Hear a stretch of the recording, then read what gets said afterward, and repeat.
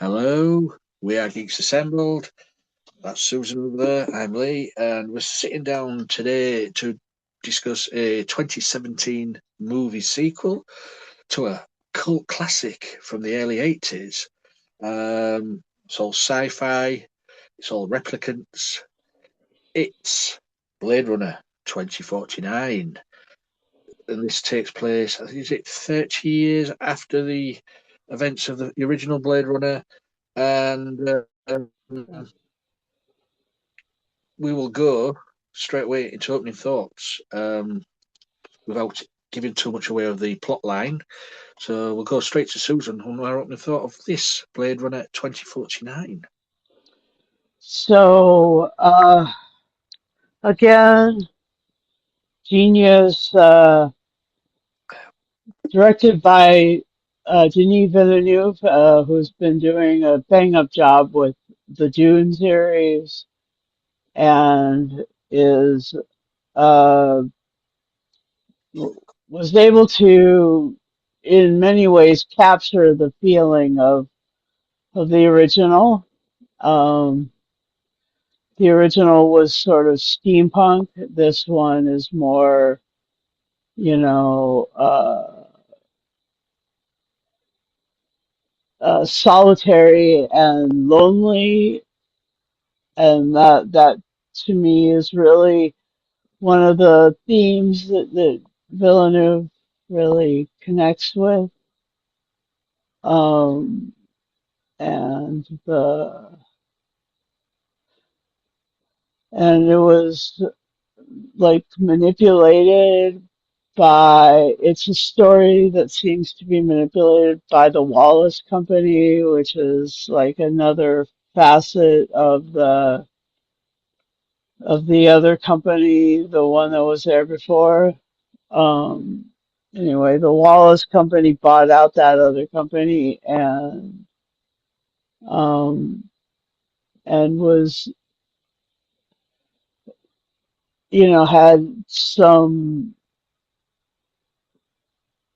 had some degree of authority over what the LAPD did. They were to capture, kill, and question the replicants, and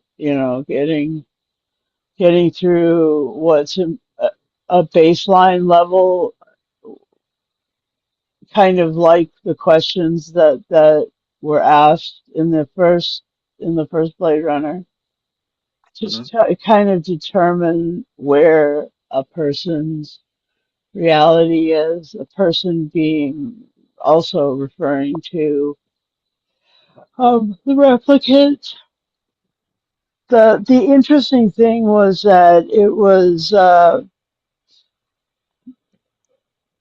Ryan Gosling's character K, or Detective K, S.9 or something. Uh, was his whole thing was that he was kind of challenged by the situations to be really human, and he was trying to, you know, become more than a a replicant himself. He was another Blade Runner, another one of the newer forms of that, Mm-hmm. and had to. It was basically the the story was about Rachel having a baby, and Rachel having a baby with Deckard. So that that was amazing. And Sapper Morton, played by Dave Bautista, who's like an amazing actor. He's in so many cool things right now. Dave Bautista was his character was like, it's just because you've never seen a miracle. And that was one of like the coolest lines. I just like love that line so much. I myself am always looking out for miracle signs and wonders. Those are that's what I'm after. And Robin Wright's in it as the lieutenant who's in charge of Kay's investigations. And Ana de Armas plays Joy. His comfort his comfort hologram, or a lot of people's comfort hologram, because Joy is being sold as like a mass market sort of character that anybody can get, you know, anybody can have the the fun of engaging in life with Joy.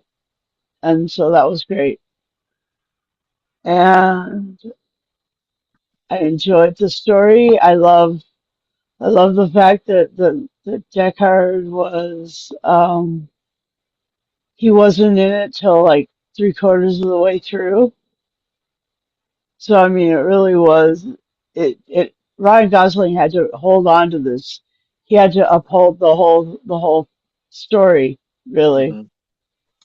I think he did a pretty good job at that. And um, yeah, so it was really interesting. And so yeah, uh,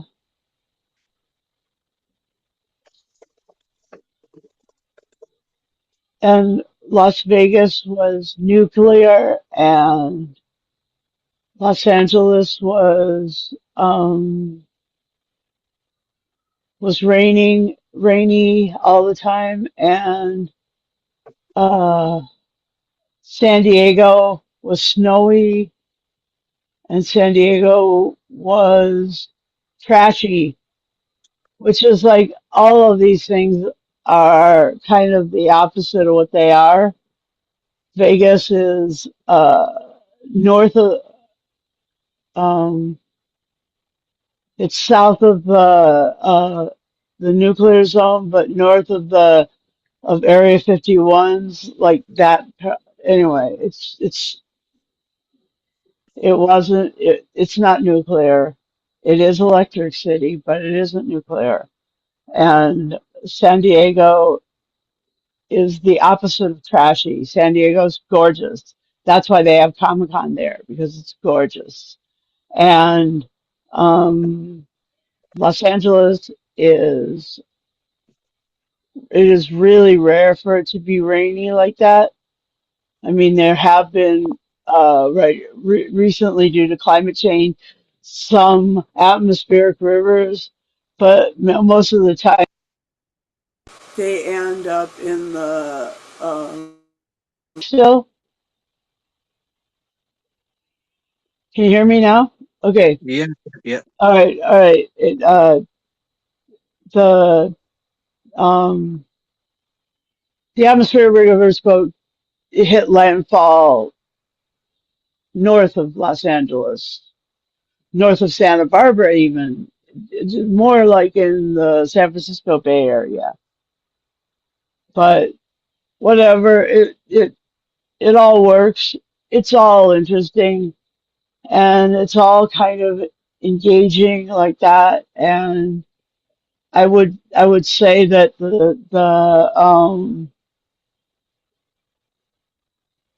that you can't drink the water, but you can drink Coca-Cola or whiskey. I guess Mhm. those are the two drinks that are available to folks. Anyway, or so I'm just going to shoot it back over to you, Lee, who you're sitting around drinking Romulan ale. So I mean, Cheers. like cheers, yeah. So Uh, in this instance, what's your opening thoughts and favorite moments and stuff? um, well, when it first was announced and was released, I didn't know what to expect because Blade Runner, the original, has gained so much cult following. Uh-huh. How do you follow that? Did, did this sequel live up to that that shadow overhanging it? I don't think it did, but as you said, the imagery, the as you say, Harrison Ford doesn't appear till about an hour or so into the movie. Well, not actually even that; it's even longer than that, I think. It Before he, is like yeah, 2/3 of the way through. yeah. So he's only in it for not a long time. Um, 45 minutes. yeah. So the imagery is brilliant. For me, though, it was missing what the original had. It was dark, gritty, neon streets. We got a little bit of that, but not a lot. Mm. Um, I think that's what was missing in this. The music in the original we had Vangelis. This we've got what's his name? Hans Zimmer. Hans Hans Zimmer Zimmer. and Benjamin Wallowitch. Um, Oh, they're, you can hear elements of original Blade Runner score with what they do, but I think it was just I don't know missing a certain pizzazz. You know what I mean? Um, Story wise, it's a twist. This time we're following a replicant who is a Blade Runner. Before in the original, the Blade Runner was after the replicants. Um, so that's a little bit of twist there. Um, yeah, it was interesting. As you say, Ryan Gosling carried it well. He with what was it? Is it the Waller? What industry is it called? Wallace. Wallace. Yeah, it's who is played by Jared Leto. Jared Leto. Yeah, um, a strange and weird character, but he's known for doing those sort of characters nowadays. Hmm. Yeah, apparently his character when the Terrell company went Terrell, that's the one. went bankrupt, he bought the remaining company of the Terrell and made it his own. And he took over all the creation of the replicants. Um, yeah, it's an interesting thing about this replicant having these memories of being young. And it turns out it's not his memories. Right. And he's so disappointed when he finds that out. That Hmm. is a great scene what plays out there. Big twist. You're right. And also as well the twist of Rachel giving birth, dying during birth, but giving birth. She was a replicant. Now it's never explained. How that how I know it was a miracle, but it was never really explained how that could happen if she's a replicant. Um, yeah, it's an interesting one. Also, as well, the you do get near the end of it where Wallace offers Rick another Rachel, right. and reading up on this because I never knew this, but the the the actress who played that Rachel had Sean Young's face put onto hers digitally, Oh, and Sean Young showed her how to walk and hold herself, and the voice was done by another voice actress to sound like Sean Young. oh. So it wasn't Sean Young there; it was an actress with the digitally face put on of the younger Sean Young. So that was the one played by Sally Harmson. You are? I think that that was probably the character played No, by Sally no, no, Armson. no. It was an actress called Lauren Petter. Lauren Petter. Oh, Young's likeness was digitally superimposed onto Lauren Petter, who was coached by Young on how to recreate her performance from the first film. The voice okay. of the voice of the replicant was created with the use of a sound-alike actress to Young. Young was credited for the work. Okay. The trouble is that um I don't see that name in the cast list that I'm looking at, so I'm sorry. I was I was expecting something else anyway. Right. But yeah, it Laura, was interesting how they yeah, did that. yeah, Yeah, it's not as fast paced as the original Blade Runner. no, It takes its time, builds the story up of Kay and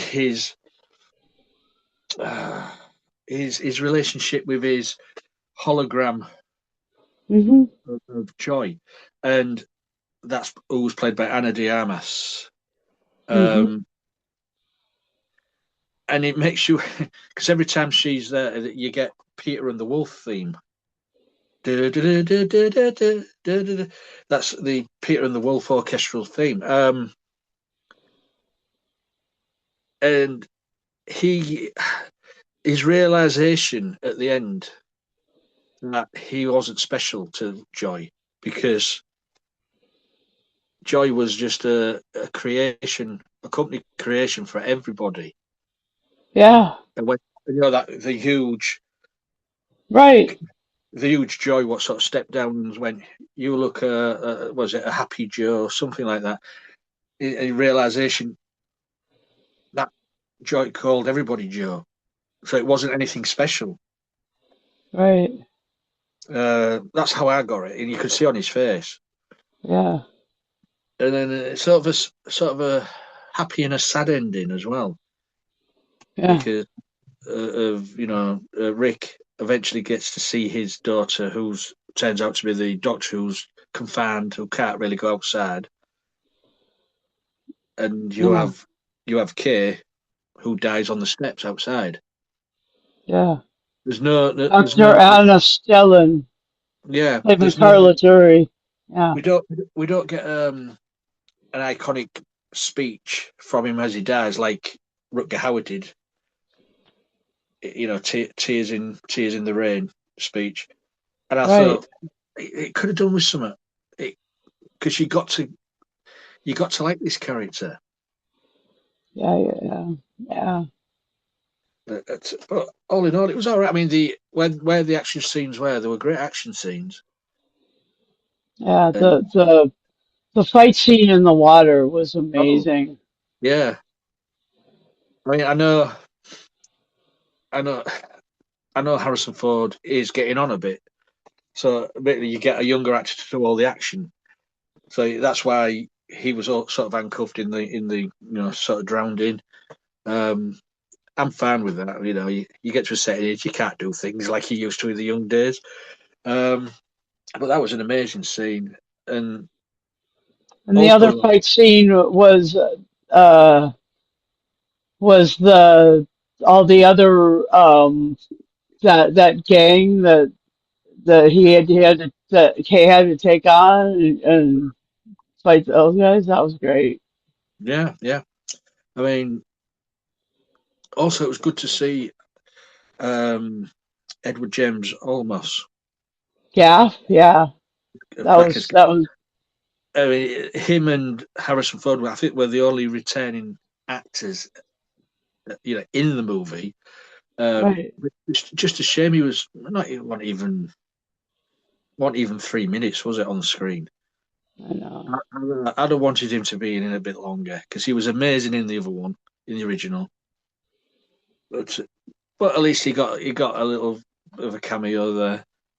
But Yeah, yeah, it's and for then me. the guy who runs the orphanage. Mm. Mr. Cotton, Yep. and like he was played by Lenny James. I mean, like that was such a cool character to plop in there. And Yeah. then the all the kids, you know, that was really something amazing. You just got the sense that they would discover what was going on there. Mhm. Anyway, so amazing. Yeah. The scenery, the skylines, the buildings.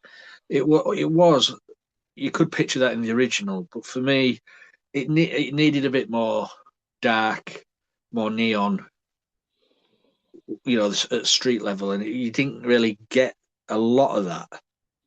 And that's what made Blade Runner great back in the day, back in the early '80s. It looked so awesome. Yeah. Um, I'm surprised they didn't just put a bit more of that in. But Yeah. yeah, I enjoyed it. Anything what stands out for you, Susan? Yeah, that was Dennis Gassner's production design, and his art directors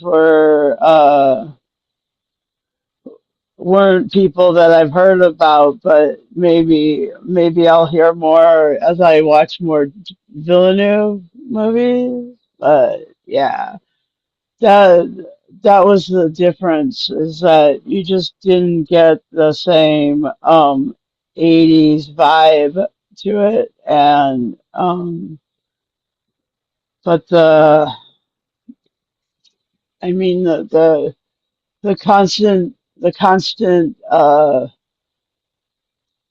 in intrigue into how come Kay feels like such a such a great character, and how come he feels like a good Blade Runner and a really good fighter, but he's he has to come to the realization that he's not special. And you're right about it coming in the point where uh the big citywide hologram of Joy bends down to uh speak with him while he's sitting on the side of the road. And at that point he sorts out the difference between where he is and where all the other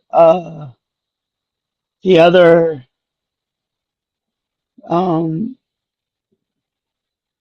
levels of replicants and different parts of the culture are at. Like, he's just like, oh, I'm expendable.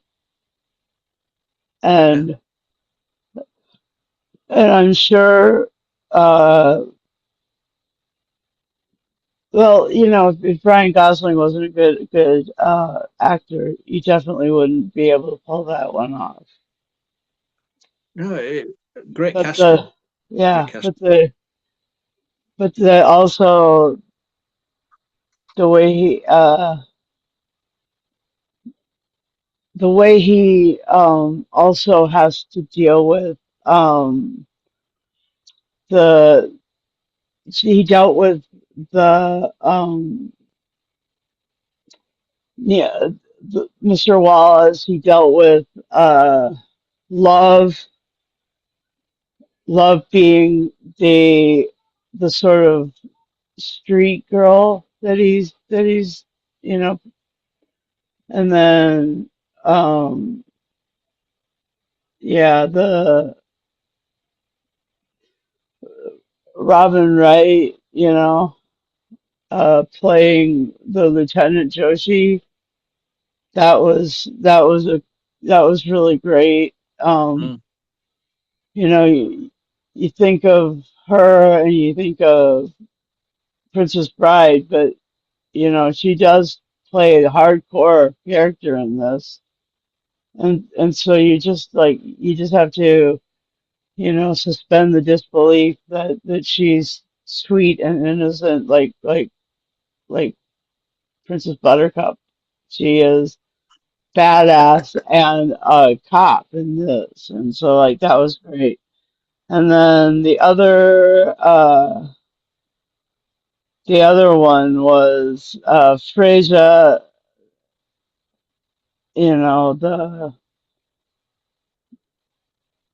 the the gangster girl. That was great. And then yeah, and then Dr. Anna. And so I really enjoyed the way that Gosling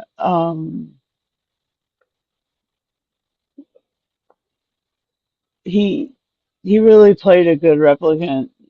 I Hmm. mean, maybe not as good as Rutger Hauer, but yeah, he did play a good replicant anyway. Yeah, yeah. I mean, also as well, you got to give a nod to Sylvia Hooks or whatever her name is, who played Love, who was the villain of the piece, the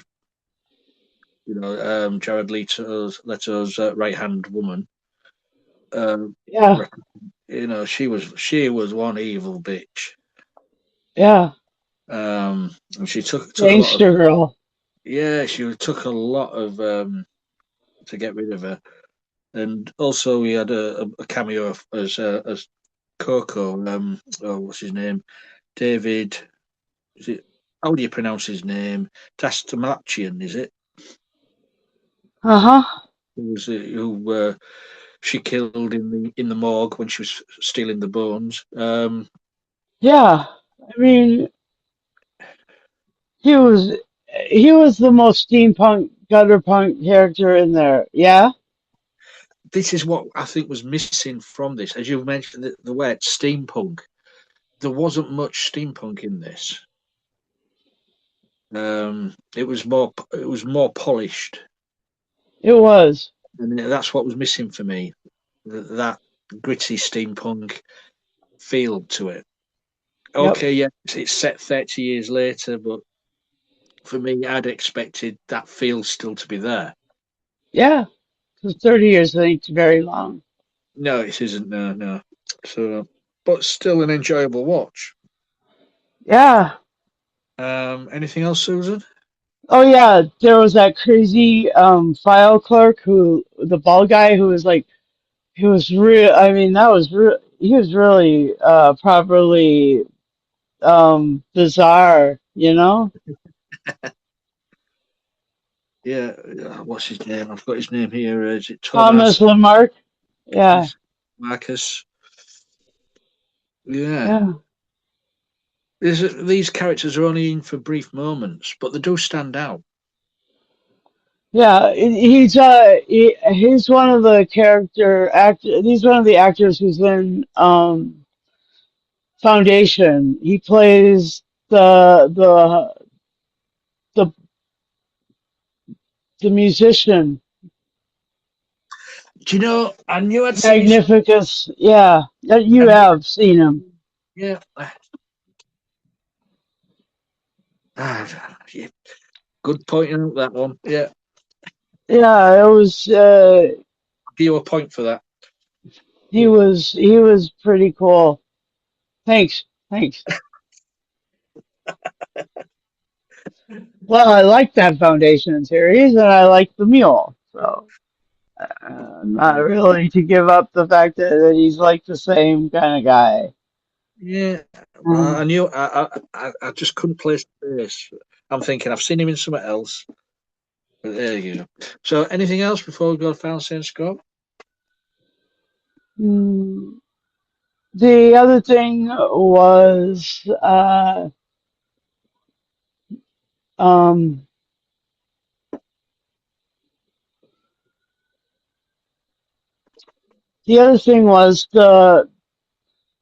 the way there was nothing that was recognizable in Los Angeles, San Mm. Diego, or Vegas. I mean, and if they were, I mean, they must have been in a different universe entirely, because a parallel universe, because those three cities have really iconic things. Yeah, You know, they could show the little claw thing in Los Angeles in front of LAX, or they could have shown, the Hollywood sign on the hill somewhere, or they could have shown the beach with the statuary in San Diego, or they could have shown any one of the millions of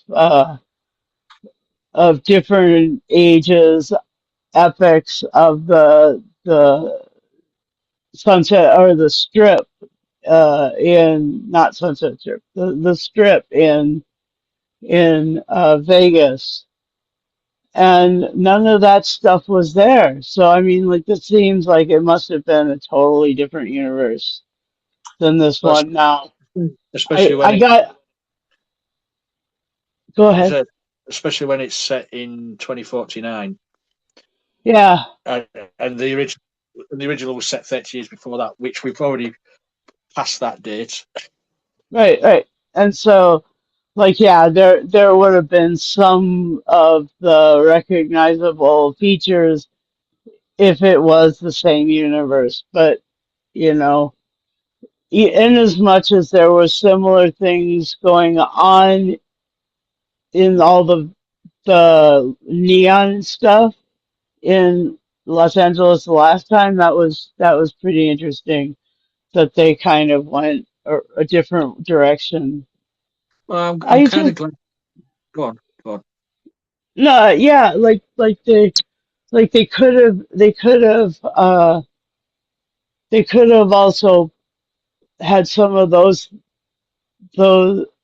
like like the women, like those, like that could have been, they could have put something recognizable Hmm. in between them. I know that they just wanted to pepper it with uh the female naked form everywhere in the movie, everywhere in the Los Angeles part of the movie. Yeah, Yeah. as I was going to say, I'm glad Harrison Ford went through that period of sort of roughly around the same time of revisiting his three most iconic roles. Mhm. Rick Deckard, Indiana Jones, and Han Solo. Yep. Roughly around the same period of time. Um, which you'd have thought with Harrison Ford, he would never do any of that because he's sort of turned into a grumpy old man these days, hasn't he? Mhm. But it's Yeah. it's for for what it's worth, all the movies he's revisited, in my opinion, they're okay. They're rather good. Some people don't like them. I don't mind them. Uh, I would like to know though if anybody out there has got the answer to this. What happened to Deckard's dog? Because Oh. we last saw it just stood there in the building, Yeah. and that was it. I thought, well, I thought the dog might have had something to do in the story, but no, that's what happened to the dog. Who knows? Mm. Anything else, Susan? The dog. Hmm. Another Yeah. That's another loose end. yeah. No, that's it. I really enjoyed it. It was great. Uh, um, I'm not uh, I'm not holding too much against it. Uh, it's just a really cool, uh, sequel, Yeah, and the fact okay. that it's also part of Two Androids Dream of Electric Sheep is also really cool. So, yeah, So, final sense score then, Susan. yeah. Challenge accepted. I will. Um, I will say that the character of Kay, um, really a good character, a good addition to this. Love is also really great, and as is Joy. There's love, there's joy, there's Deckard, and and the dog, and Gaff. Yeah, I just enjoyed it. Let's see, what will I give this? I'll give this nine. Nine robot drones out of the top of a car out of 10. That was really cool. And also I will say that that as people go ahead and try and create new sorts of imaginations of these these earlier epic pieces. It's good that Denis Villeneuve is doing those. Okay, and back over to you, Lee. Well, for me, we've mentioned the words steampunk.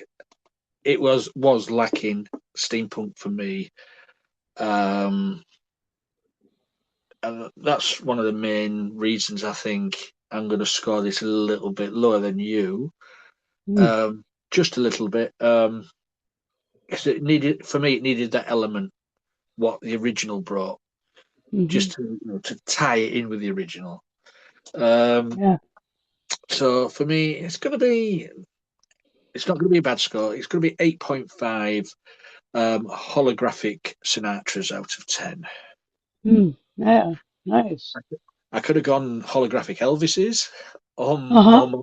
or Monroe's, but I went for Sinatra. Yeah. It And was if you've seen the great. movie, you know what I'm on about. Um, yeah, so that's our little review of Blade Runner 2049. Um, you guys out there, have you seen the movie? Let us know. Leave a comment on this video below. You'll find this video shared across nearly all the social media platforms when I put it out. So just leave a message on there. Also leave a message on any of our videos. We will eventually get around to reading them and replying if you do leave them. If you want to join us doing what we do here, or if you want to be in our group, all you need to be is 18 and over to be in doing what we do here, because certain things are 18 rated. But also, you need a working camera, working microphone on the device you use.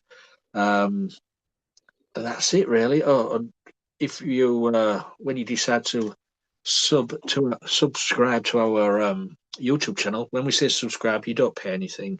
It's just a word. No, it's free. Um, some people think they have to pay for it and they won't subscribe. It's not. It's just a word we use for you to follow us. If you sub to our YouTube channel, press the bell notification button, and you'll get notified every time we put up a wonderful video like this. And there's the bell. You don't have to go around to Susan's apartment and ring her bell. It's on the channel. There'll be there won't be a big queue, will there, Susan? No. Not with our one viewer. Um, but By the he's way, thank you, viewer, for sticking with us for 10 brilliant. years. Can you believe it? 10 years. I know. Don't feel like a day over 20. Um, I know. so yeah, that's it. That's us done. So we'll sign off and we will find the button to stop this. So until next time, guys, be safe out there, and we'll see you on our next cast. I'm not going to tell you what it is because I don't put them out in order. See you for now. Bye now.